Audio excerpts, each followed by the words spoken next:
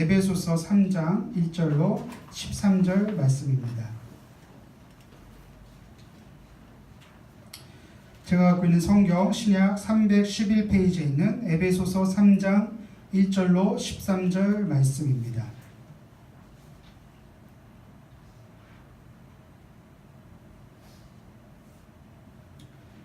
저와 여러분들이 한 절씩 교도하도록 하겠습니다. 제가 먼저 읽겠습니다. 이러므로 그리스도 예수의 일로 너희 이방인을 위하여 갇힌 자 된 나 바울이 말하거니와 너희를 위하여 내게 주신 하나님의 그 은혜의 경륜을 너희가 들었을 터이라. 곧 계시로 내게 비밀을 알게 하신 것은 내가 먼저 간단히 기록함과 같으니 그것을 위하여 내가 그리스도의 비밀을 깨닫는 것을 너희가 알 수 있으리라. 이제 그의 거룩한 사도들과 선지자들에게 성령으로 나타내신 것 같이 다른 세대에서는 사람의 아들들에게 알리지 아니하셨으니 이는 이방인들이 복음으로 말미암아 그리스도 예수 안에서 함께 성숙자가 되고 함께 지체가 되고 함께 약속에 참여하는 자가 됩니다. 이 복음을 위하여 그의 능력이 역사하시는 대로 내게 주신 하나님의 은혜의 선물을 따라 내가 일꾼이 되었노라. 모든 성도 중에 지극히 작은 자보다 더 작은 자에게 이 은혜를 주신 것을 측량할 수 없는 그리스도의 풍성함을 그에게 전하게 하시고 영원부터 만물을 창조하신 하나님 속에 감추어졌던 비밀의 경륜이 어떠한 것을 드러내게 하려 하심이라.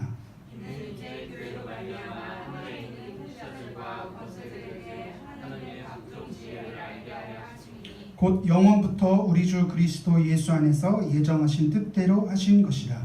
우리가 그 안에서 그를 믿음으로 말미암아 함께함과 것을 가지고 하나님께 나아감을 얻느니라. 다 같이 읽겠습니다. 그러므로 너희에게 구하노니 너희를 위한 나의 여러 환난에 대하여 낙심하지 말라. 이는 너희의 영광이니라. 아멘.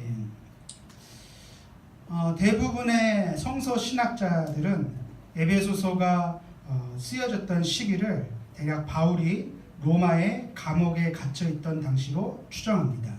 그 근거가 되는 구절이 오늘 본문 1절입니다. 본문 1절을 한번 읽어보겠습니다. 이러므로 그리스도 예수의 일로 너희 이방인을 위하여 갇힌 자 된 나 바울이 말하거니와. 갇힌 자 된 나 바울이 말하거니와.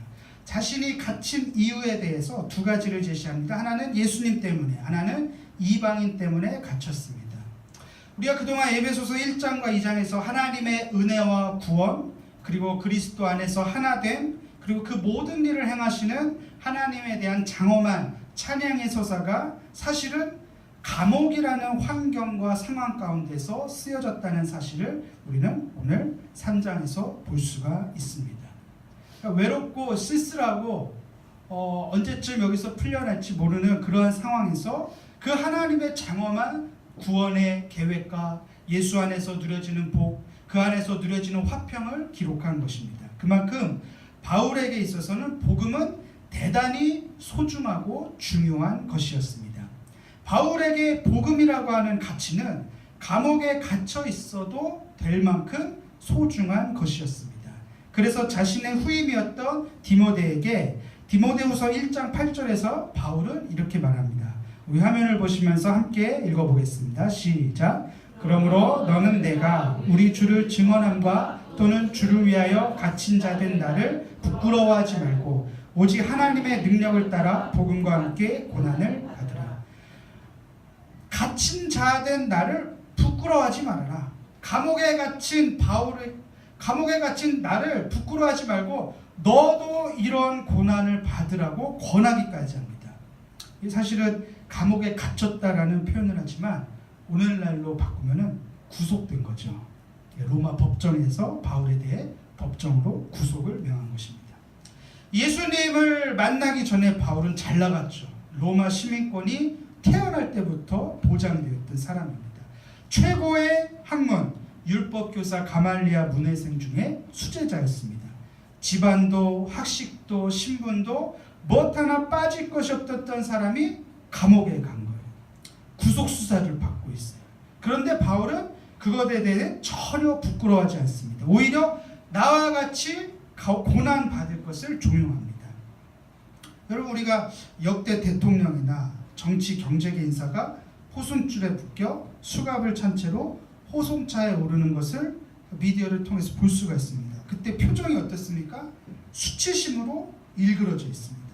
그런데 2000년 전 바울은 아주 당당하죠. 무엇 때문에 이렇게 부끄러워하지 아니하고 오히려 나와 같이 이런 고난받을 것을 권하고 있습니까? 다름 아닌 복음 때문입니다. 복음이 바울을 그렇게 만든 것이에요. 복음이 환경과 상황은 감옥에 있었지만 오히려 더 당당하고 담대하고 확신 있게 나와 같이 이 고난, 나를 부끄러워하지 말아라, 나와 같이 너도 이 고난에 동참하라 라고까지 말할 수 있었던 것입니다. 내가 복음을 부끄러워하지 아니하노니 이 복음은 모든 믿는 자에게 구원을 주시는 하나님의 능력이 되기 때문입니다. 오히려 감옥에 갇힌 것이 바울에게 있어서는 하나님의 능력을 더 극대화시키고 더 증명하고 있다는 사실이에요. 그런데 바울은 자신도 이 복음을 처음부터 간직하고 있었던 것이 아님을 오늘 편지에 기록하고 있습니다. 오늘 본문 3절과 4절 말씀을 함께 읽어보도록 하겠습니다. 3절입니다. 시작. 곧 계시로 내게 비밀을 알게 하신 것은 내가 먼저 간단히 기록함과 같으니 그것을 읽으면 내가 그리스도의 비밀을 깨달은 것을 너희가 알 수 있으리라. 바울에게 이 복음이 자신에게 먼저 계시로 알려졌고 또한 이 계시로 알려진 복음을 너희도 알기를 원한다라고 말하고 있습니다. 복음이 계시로 알려졌다. 무슨 뜻입니까? 여기서 말하는 계시란 하나님이 감추어져 있었던 무언가를 밝히 드러내셨다라는 뜻입니다. 그래서 바울은 이것을 복음의 비밀이라고 말하고 있어요. 복음의 비밀. 다시 말해서 이 복음의 비밀이 하나님의 계시로 내게 알려줬고 이 복음의 비밀을 너희도 알기를 원한다라고 구구절절히 쓰고 있는 것입니다. 그렇다면 바울이 이 감옥에 갇혀가면서 또 결코 포기할 수 없었던 이 복음의 비밀, 감추어져 있던 것을 밝히 드러내신 하나님의 계시는 과연 무엇일까요? 첫 번째로 이 복음의 비밀은 은혜의 선물을 따라 복음의 일꾼이 되었다는 거예요. 복음의 일꾼이 되었다. 따라서 하겠습니다. 복음의 일꾼이 되었다. 구체적으로 이 복음의 비밀은 이방인들도 예수 안에서 누구나 하나님의 상속을 받을 수 있고 예수 안에서 한 지체가 될 수 있고 예수 안에서 하나님의 약속에 참여하는 자가 되었다는 것이에요. 이게 간단히 얘기하면 로마서 10장 13절 말씀 누구든지 주의 이름을 부르는 자는 구원을 받으리라 이것이죠. 그런데 거기서만 그친다면 이 복음의 비밀은 미완성입니다. 그 복음을 위하여 내가 일꾼이 되었다는 것이 그 계시를 통해서 복음의 비밀을 알게 된 내가 일꾼이 되었다는 것이죠. 바울이 말한 이 첫 번째 복음의 비밀은 복음의 일꾼이 되었다는 사실을 다 같이 우리 본문 7절 말씀을 한 목소리로 읽어보겠습니다. 시작. 이 복음을 위하여 그의 능력이 역사하신 대로 내게 주신 하나님의 은혜의 선물을 따라 내가 일꾼이 되었노라. 그러니까 여기 보면은 내가 일꾼이 되었 하나님의 은혜의 선물을 따라 내가 일꾼이 되었다는 거예요. 우리가 보통 은혜를 얘기하면 하나님의 선물로 이해를 합니다. 값없이 주어진 은혜, 어떤 대가를 바라지 않는 것을 우리는 은혜라 여깁니다. 그렇지만 적어도 이 본문에서만큼은 은혜로 주어진 선물을 따라 바울은 일꾼이 되었다라고 말합니다. 무슨 얘기입니까? 하나님의 은혜는 값없이 공짜로 주어지는 것이지만 그 은혜는 언제나 우리를 참여시키고 능력을 부여하는 신비가 있다는 것이에요. 이런 점에서 은혜는 단순히 공짜가 아닙니다. 이런 점에서 정말 하나님의 그 깊으신 은혜는 매우 역동적인 역사가 나타난다는 것이에요. 우리가 경험적으로 아는 것이에요. 쉽게 말하면 내가 불가항적으로 저항할 수 없는 하나님의 은혜를 받게 되면요, 내가 그 은혜에 견딜 수 없는 심령이 된다는 것이에요. 진짜 은혜는 사람들로 하여금 복음에 참여하게 만들고 복음의 일꾼이 되게 만듭니다. 사마리아 여인을 보십시오. 예수님을 만났습니다. 예수님을 만나서 그에게 은혜, 목마르지 않은 영원한 생수의 은혜를 맛보게 됩니다. 어떻게 됩니까? 사람들의 시선을 피해서 한낮 뜨거운 정오에 물을 길러놨던 그 여인이 이제는 동네방네 다 돌아다니면서 예수님의 은혜를 소비합니다. 사람들을 착취했던 삭개오, 그 삭개오가 은혜를 체험하니까 자신의 재산을 다 나누고 베푸게 됩니다. 무슨 얘기예요? 은혜는 행동하게 만든다는 것이에요. 은혜는 선물로서 우리에게 주어진 것이지만 그 은혜가 우리를 복음의 일꾼으로 참여시키고 일꾼에 합당한 능력을 보여주신다는 것이에요. 따라서 우리는 이것이 복음의 비밀임을 알아야 합니다. 은혜의 선물을 값없이 받았으니까 거저 받은 은혜를 거저 나눠주고 베풀고 섬기는 일에 함께 참여해야 한다는 것입니다. 그래서 저는 여기서 이런 말씀을 드리고 싶어요. 교회에서 섬기는 모든 일꾼은 은혜로만 주어지는 것이에요. 누가 시켜서 되는 일이 아니에요. 물론 권면하고 상의할 수 있겠지만 궁극적으로 하나님의 은혜로만 하는 헌신이 되어야 되고 은혜로 주어진 책임이라는 것을 우리는 결코 부인할 수 없습니다. 사랑하는 우리 성도 여러분, 하나님의 은혜를 받았습니까? 아니 그 은혜를 지금도 간구하고 계십니까? 그 은혜의 선물로 주어진 복음의 일꾼에 참여하시기를 주님의 이름으로 축복합니다. 다시 말해서 사역은 내가 하나님께 드리는 선물이 아니에요.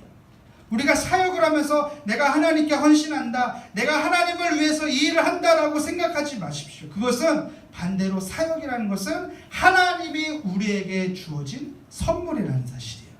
여기 은혜의 선물로 내가 복음의 일꾼이 되었다라고 고백하고 있지 않습니까? 내가 일꾼이 되고 섬기는 청지기가 되고 사역을 하는 것이 하나님께 드린 것이 아니라 하나님이 우리에게 은혜로 선물로 주어졌다는 사실입니다. 할렐루야, 할렐루야. 이 본문에서 밝히는 복음의 일꾼은 바로 이런 뜻이에요. 진정 은혜의 선물을 받은 자는 반드시 행동하는 복음의 일꾼으로 나타나게 되어 있습니다. 이 시대에 우리가 정말 큰 은혜를 받으면 복음을 위해 헌신하지 않고는 견딜 수가 없는 심정이 되는 그런 신비한 은혜의 역사, 성령의 역사가 나타난다는 사실입니다. 이게 바로 바울이 얘기한 복음의 비밀이에요. 할렐루야, 할렐루야. 우리 옆에 사람 한번 보시면서 우리가 복음의 일꾼입니다 이렇게 인사하겠습니다. 이 두 번째 복음의 비밀은 하나님과 함께 살아가는 담대함입니다. 한번 따라서 하겠습니다. 하나님과 함께 살아가는 담대함. 우리 본문 12절을 다 같이 읽어보겠습니다. 함께 읽겠습니다. 시작. 우리가 그 안에서 그를 믿음으로 말미암아 담대함과 확신을 가지고 하나님께 나아감을 얻느니라. 비록 바울은 지금 감옥에 갇혀서 있습니다. 그런데 감옥에 갇혀서도 담대함과 확신을 갖고 하나님께 나아갈 수 있음을 고백합니다. 여기서 잠깐 우리가 바울이 왜 로마 감옥에 갇혔는가, 왜 로마의 감옥에 갇혔습니까? 바울은 그의 편지를 통해서 여러 번 내가 로마에 방문하고자 했다는 것을 그의 서신에서 밝힙니다. 그가 로마를 방문하고자 했던 중요한 이유는 땅끝까지 복음을 전하고 싶었었던 것이에요. 그러니까 1차, 2차, 3차 전도에 계속 끊임없이 땅끝까지 이르러서 내가 복음을 전하지 않고는 견딜 수 없는 심정이 있기 때문이에요. 당시의 세계관으로는 땅끝은 서버나라고 하는 지역, 서버나. 이 서버나가 어디냐? 오늘날 스페인이에요, 스페인. 그러니까 스페인까지 가서 복음을 전해야겠다는 열정이 있었던 것이에요. 그러니까 거기까지 가서 복음을 전하기 위해서는 예루살렘이나 안디옥에서 지중해 그 동쪽 끝에서 서쪽까지 가려면은 힘드니까 그 중간 어디냐? 로마예요, 로마. 그러니까는 이 서버나까지 가기 위해서 반드시 로마 교회가 전진 기지가 되어야 한다는 그런 전략이 있었던 것이에요. 그 판단을 했기 때문에 로마에 가고자 했던 것입니다. 그러나 좀처럼 그에게 로마에 갈 기회가 오지 않았습니다. 그러던 차에 예루살렘을 방문하게 되고 예루살렘에서 유대인들이 바울을 고발하고 재판을 받게 되고 총독에게는 나는 석방되기보다는 로마에 가서 황제에게 재판받기를 요청합니다. 로마 시민권이 있었으니까 그게 가능했던 것이에요. 결국에는 로마에 가서 그는 감옥에 구금되고 안타깝게도 그의 선교의 여행은 거기서 끝이 납니다. 서버나까지 가고자 했던 그의 계획은 거기서 끝맺음을 맞습니다. 왜냐하면 그곳에서 바울이 인생을 마감하기 때문이에요. 그러니까 사도행전 28장이 거기서 끝나는 것이죠. 그러나 우리가 익히 알고 있는 사실은 세상은 그를 로마의 감옥에 가둠으로 인해서 복음 전도를 중단시켰지만 바울의 복음 전도는 거기서 끝나지 않았습니다. 중단되지 않았습니다.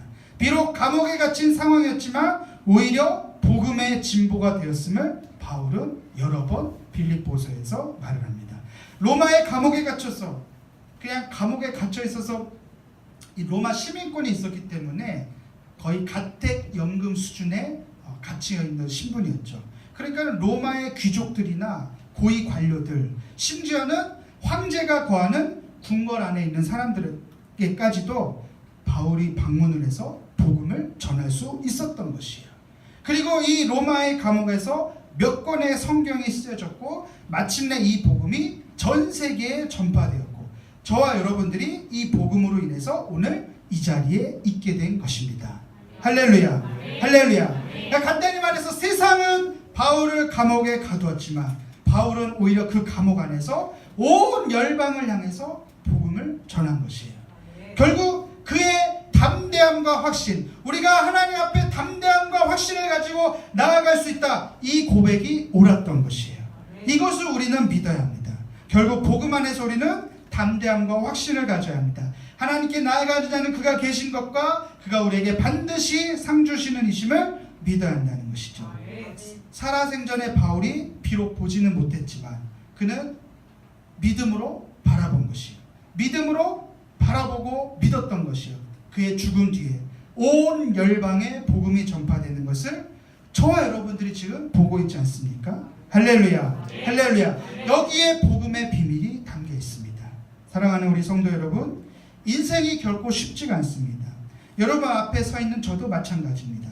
그러나 우리가 결코 잊지 말아야 될 사실은 하나님 앞에 나아가는 담대함과 확신이 우리 복음 안에 있다는 것이에요. 왜냐하면 여러분들을 향한 하나님의 일하심과 마침내 드러나는 하나님의 구원의 계획들, 그 하나님의 승리가 우리에게 담대함과 확신을 주었다는 사실입니다. 그러므로 고개를 들고 어깨를 펴시고 담대하게 믿음의 선포를 하시기 바랍니다. 한번 저를 따라서 하겠습니다. 하나님은 결코 나를 포기하지 않으신다. 할렐루야. 할렐루야. 우리가 복음 안에서 담대함과 확신이 있어야 될 이유가 바로 여기 있습니다. 비록 나는 변덕이 죽을 듯 하지만 우리 하나님은 신실하시고 변함없으시고 한 번도 부정적인 얘기를 하지 아니하시고 그 하나님이 저와 여러분들의 아버지가 되신다는 이 복음의 비밀을 날마다 선포하시고 고백하시고 믿으시기를 주님의 이름으로 축복합니다. 마지막 세 번째 복음의 비밀은 따라서 합니다. 환난에 대한 역설이다. 이 역설이라고 하는 것은 파라독스, 바로 이제 모순이죠. 모순. 이 본문 13절을 우리 한번 다 같이 읽어보도록 하겠습니다. 본문 13절입니다. 시작. 그러므로 너희에게 구하노니 너희를 위한 나의 여러 환난에 대하여 낙심하지 말라. 이는 너희의 영광이니라. 여러분 13절 처음으로 어떻게 시작합니까? 그러므로 너희에게 구하노니. 이 그러므로는 그동안에 있는 모든 논의와 변증의 결론입니다. 이 어떤 결론이냐? 이 환난이 너희에게는 영광이다. 이 환난이 너희에게는 영광이다라는 결론이에요. 이것을 자세히 풀었으면 이것이에요. 너희를 위한 내가 겪는 이 여러 환난이 너희에겐 도리어 영광이라는 것이에요. 더 간단히 말해볼까요? 나의 환난이 너희에게는 영광이다. 나의 환난이 너희에게는 영광이다. 이것은 바울이 당하는 환난은 너희를 위해서 당하는 환난이기 때문에 내가 당하는 환난이 곧 너희의 영광이라는 것이에요. 지금 바울은 너희들 때문에 내가 감옥에 갇혔고 예수님 때문에 감옥에 갇혔지만 지금 당하고 있는 이 환난이 결코 고통스럽지 않냐. 이 당하는 환난이 결국에는 너희에게 영광이 될 것이다 라는 말이에요. 바울이 이 편지를 쓸 때 누구를 염두에 두고 썼을까요? 바로 예수 그리스도. 그는 죄가 없으신 하나님의 아들 독생자였어요. 그런데 그가 인류의 죄를 위해, 더 정확히 말하면 여러분들과 나의 죄 때문에 십자가의 고난을 당하셨습니다. 그리고 그 고난 때문에 우리는 영광스러운 하나님의 자녀가 된 것이. 다른 사람을 위해 당하는 환난, 다른 이들을 위해, 이웃을 위해서 당하는 고난이 결국에는 그들에게 영광이 된다는 이 역설이야말로 복음이 지니는 놀라운 비밀입니다. 그래서 이 에베소서와 쌍둥이 서신으로 불리는 골로새서 1장 24절에 이 고난과 영광에 대한 비밀을 좀 더 구체적인 목소리로 바울은 고백하고 있습니다. 우리 화면을 보시면서 골로새서 1장 24절 말씀을 다 같이 한 목소리로 읽겠습니다. 시작. 나는 이제 너희를 위하여 받는 괴로움을 기뻐하고 그리스도의 남은 고난을 내 몸된 교회를 위하여 내 육체에 채우노라.